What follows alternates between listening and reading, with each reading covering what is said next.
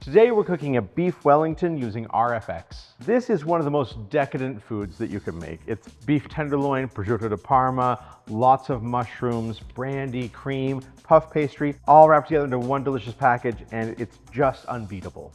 To start making beef Wellington, you're going to first tie your tenderloin at even intervals with butcher twine. This will help the tenderloin keep a round shape during the cook instead of slumping down into a triangle. It's cosmetic, but worth doing. Salt the tenderloin well. In fact, if you have time, salt it the night before you cook for deeper flavor penetration. In a cast iron pan, preheat a tablespoon or two of high smoke point neutral tasting oil. Once it gets above 375 degrees Fahrenheit, sear the tenderloin over a high heat until it is well browned all over. Don't forget to brown the ends as well. This is where a lot of the beef flavor actually develops. Once browned, remove the beef from the pan and grind some pepper onto it. Be generous with it, we want lots of flavor. Then pop it into the fridge while you make the duxelles. Start by finely chopping all of your mushrooms. You can do this by hand or in a food processor. How coarse you choose to make it is up to you. Add your butter to the pan, then over medium to medium-high heat, cook your mushrooms until they drop their water and it cooks out. Then add the shallots and thyme and continue to cook until everything starts to get brown on its edges. Add the brandy to the pan and gently cook it until the brandy is basically all cooked out, au sec, as we say. Then add the cream and cook until it thickens. Remove the pan from heat, scrape the duxelles into a bowl and let it cool. Get your tenderloin from the fridge and snip off the butcher's twine. Don't forget or you'll end up with a mouthful of string later. And slather it with some good mustard. The flavor matters here, so use something you like the taste of. Mash the pâté into the cooled mushroom mix. This mixture is delicious. Now we're ready to assemble. Start by laying out some overlapping sheets of plastic wrap on your counter or tabletop. On this, lay some overlapping sheets of phyllo dough. Shingle your prosciutto onto the phyllo dough. Plenty of paper-thin prosciutto is part of the extravagance, so don't skimp. Then spread the duxelles evenly over the surface of the prosciutto. Get your tenderloin from the fridge and place it in the center of the phyllo dough. Use the plastic wrap to roll the whole thing up like a large piece of candy. This will make the shape better.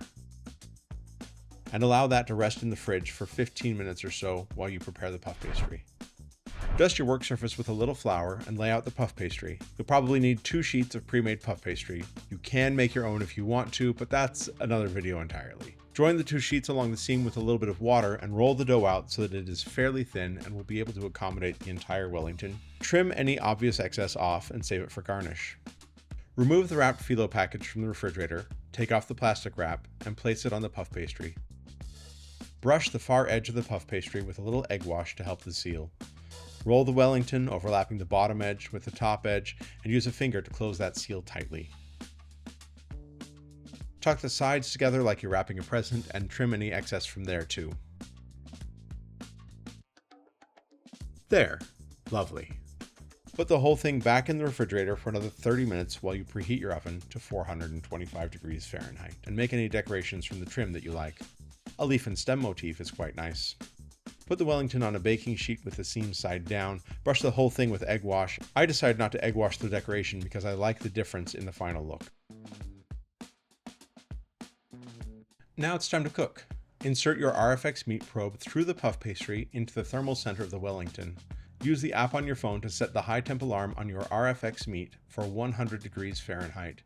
That may seem like a very low temperature, but with this high cook temp, we're going to get a lot of carryover cooking.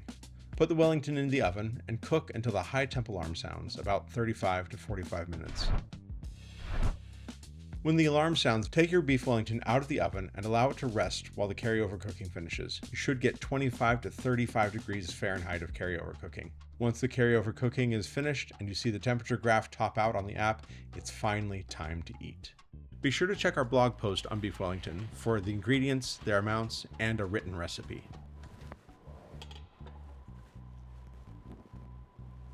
And just look at that. Rosy meat, flaky pastry, rich, creamy mushrooms, and savory ham. Amazing. This is very exciting. I can't wait to have a taste of this. Our puff pastry is flaky and gorgeous. The duxelle is fragrant and beautiful. You can see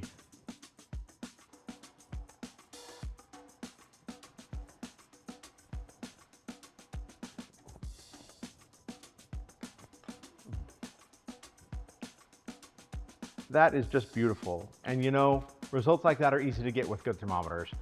Get yourself some ThermoWorks tools. Nothing works like ThermoWorks.